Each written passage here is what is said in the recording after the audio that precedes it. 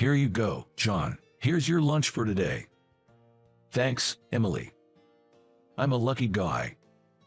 I'm married to a beautiful woman who's perfect at housework. My name is John.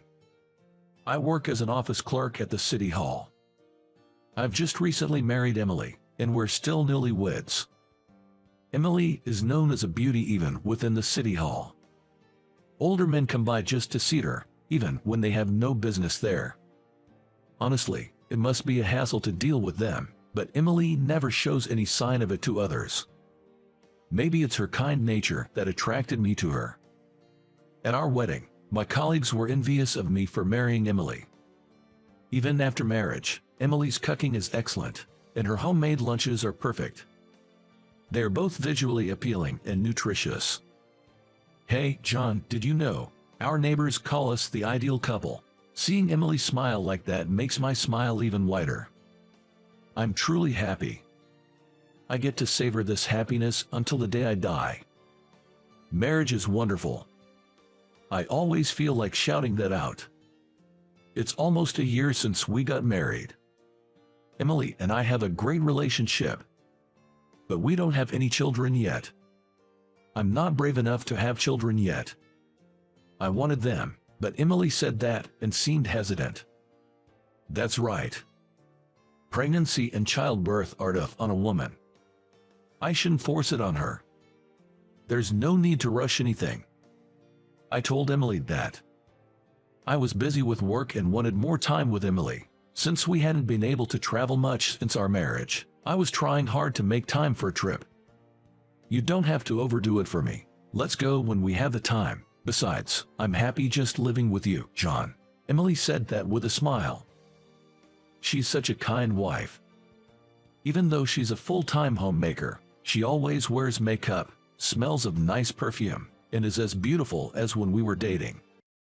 So, to make her a bit happier, I was preparing a surprise overseas trip for our first anniversary. Imagining a delighted Emily, I was excited. Then, one day, I had to work late. Exhausted, I returned home. But when I got home, Emily wasn't there. Where's Emily? Something felt off in the house. It seemed unusually spacious. On closer inspection, some furniture and belongings were missing. After a while, I realized they were all Emily's things. A bad feeling crept over me, and I saw 2 pieces of paper on the table. It was a letter for me. My hands trembling, I read the letter. It was simply written like this. I've fallen in love with someone else, so I want a divorce.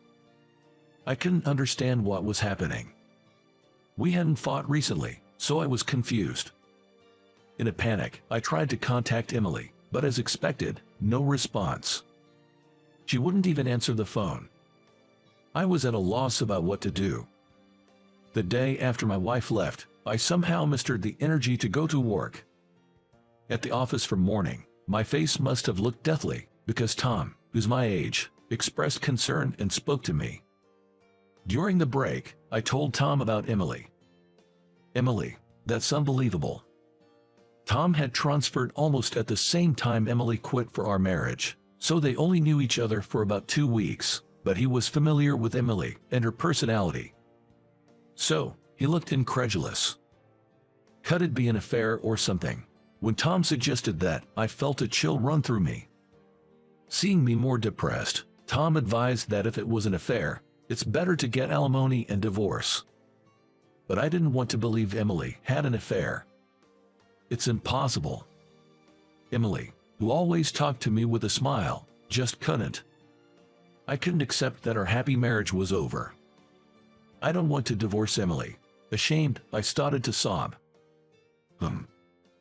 After thinking, Tom said to me, "Let's go for a drink today, at least. I'll listen to your complaints." He invited me to a bar. At an all-you-can-drink place near our workplace's station, I drank like I was drowning. Tom and I get along well.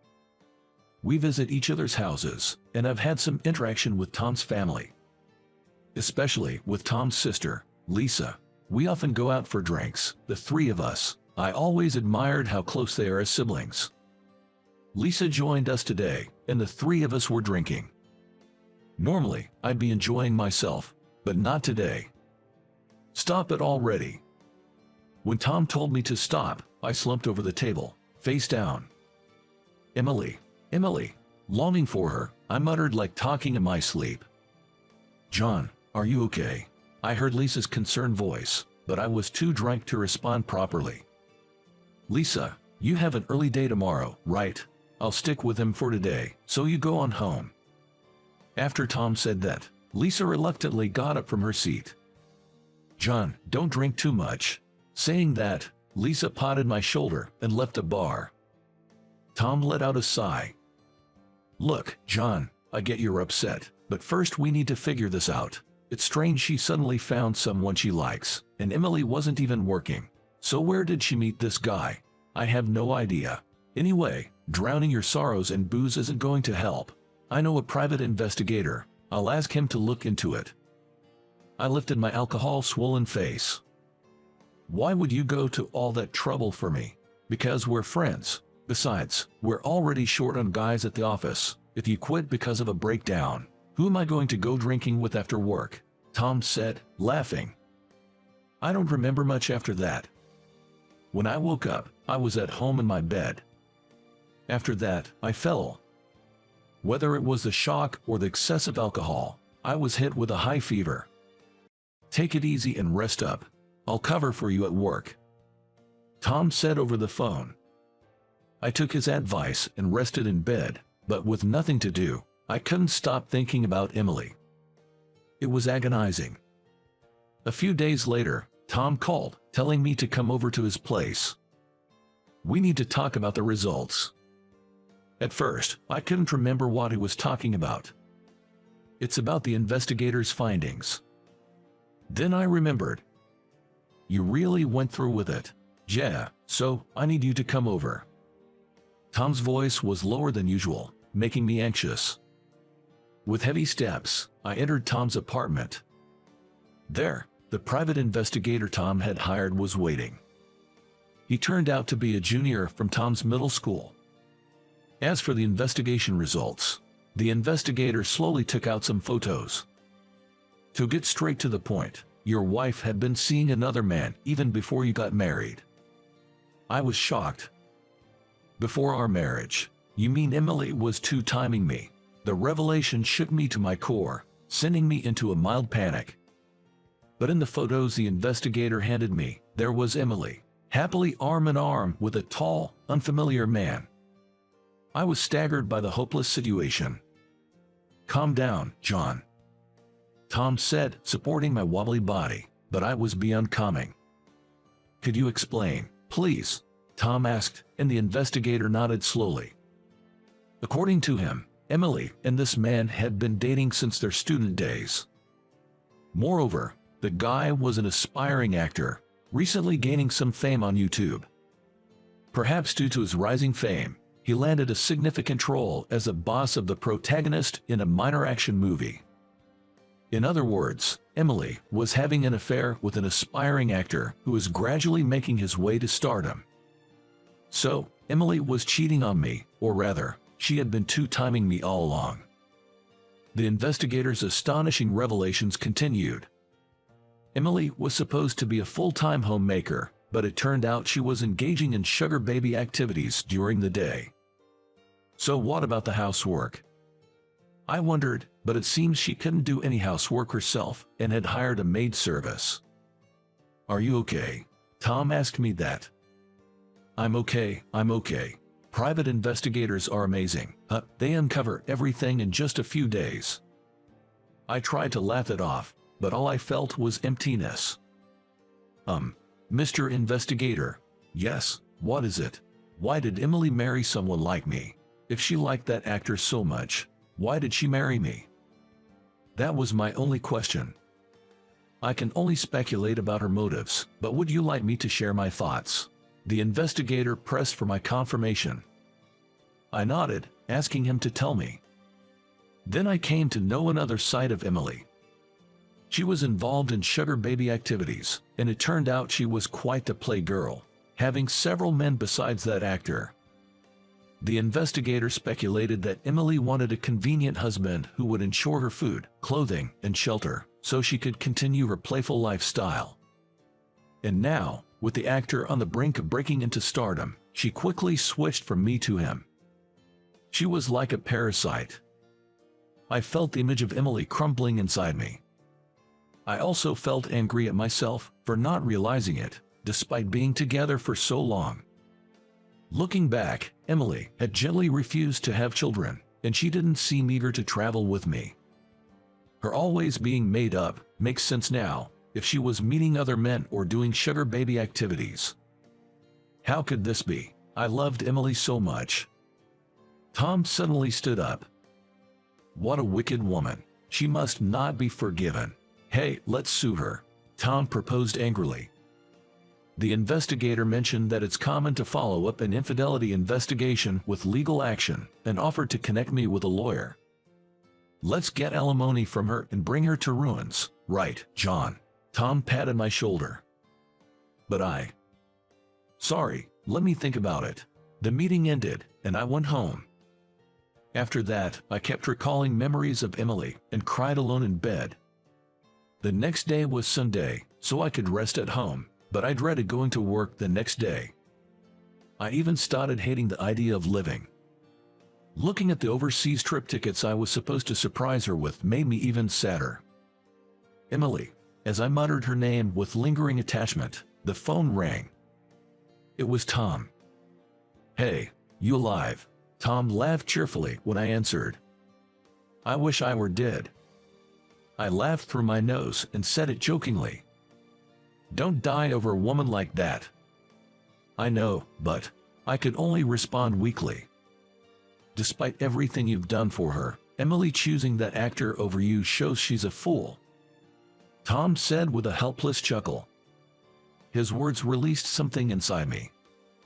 I vented all my feelings about Emily to Tom. I was furious to know she had cheated on me. My blood was boiling. But I was happy to be married to Emily. It was because of Emily that I could work so hard. Emily's cooking was delicious. I wanted children with Emily. I wanted her to be with me forever. Tom silently listened as I cried and shouted out my feelings. After I had poured out my heart, Tom said to me, "You are truly kind." Kind? I'm just a fool. That's not true. I self-deprecated, but Tom reassured me. Do you remember when I first got assigned to our current workplace? You stayed up late helping me, a newbie who didn't know anything, with training. I remember, but that was a huge help for me. Do you know why I transferred from my previous department? Then, Tom opened up about his struggles in his previous department, including being harassed by a superior. I never imagined that the always cheerful Tom had gone through such things in his previous department. That's why I was really scared when I came here. I was afraid of being yelled at again, but everyone here was so kind, and because I met you, I managed to make it this far. Tom said this with a shy smile. So, when I heard you were getting married, I was happy for you. I wanted to support you. That's why I can forgive Emily for hurting you, a kind person. So, Tom continued. If it means you'll get crushed by her worries, let's make Emily face the consequences. You have the right to do that. I'll help you. Hearing all this, I finally found the courage to let go of my lingering feelings for Emily. Thank you, Tom. Emily, I loved you, but I need to settle this. Then I decided to take alimony and pursue a divorce. Of course, I also sued her lover for alimony. Once I made that decision, my feelings for Emily completely vanished, and I even started to feel angry, wanting to thoroughly go through with the lawsuit. So, I even contacted the talent agency. The agency, concerned about their image, suspended the lover and put his activities on indefinite hold. Naturally, he lost his big role. On YouTube, his account disappeared one day without an apology video. As I was thinking serves him right, I got a call from a certain person. Yes, it was Emily. Hearing her voice after such a long time was shocking. The calm demeanor she showed me was gone, replaced by a torrent of slander and insults. However, I stood firm. If she had more complaints, I told her we could settle it in court, and Emily hung up the phone bitterly. This was truly the end. I felt completely resolved and grateful to my supportive friend. Months passed since that day. I was drinking with Tom and his sister, Lisa, at the same bar. Somehow, I felt happiest when I was with these two. Suddenly, I took out the overseas trip tickets from my bag. These were originally for my ex-wife, but I want you two to have them. I handed a pair of tickets to Tom as a gesture of gratitude. Hey, isn't this a place you'd go with a lover? Tom said, looking troubled. Can I really take this? Lisa asked, surprised and repeatedly questioning. Yeah, take it. Go and enjoy yourselves, you two. That's a no from me, Tom said, handing one ticket back to me. And he placed the other one in Lisa's palm. You guys should go, he said with a grin. What? Both Lisa and I said in unison, standing up. No, but, I mean, Lisa would be bothered. Me and her, I stammered, glancing towards Lisa. Lisa, flustered, looked down. Well, if John doesn't mind, I'd like to go, maybe, she said, her face turning bright red. I felt my body heat up too. Oh no, my heart is pounding. At this moment, I was unaware that a new love was beginning to blossom within me.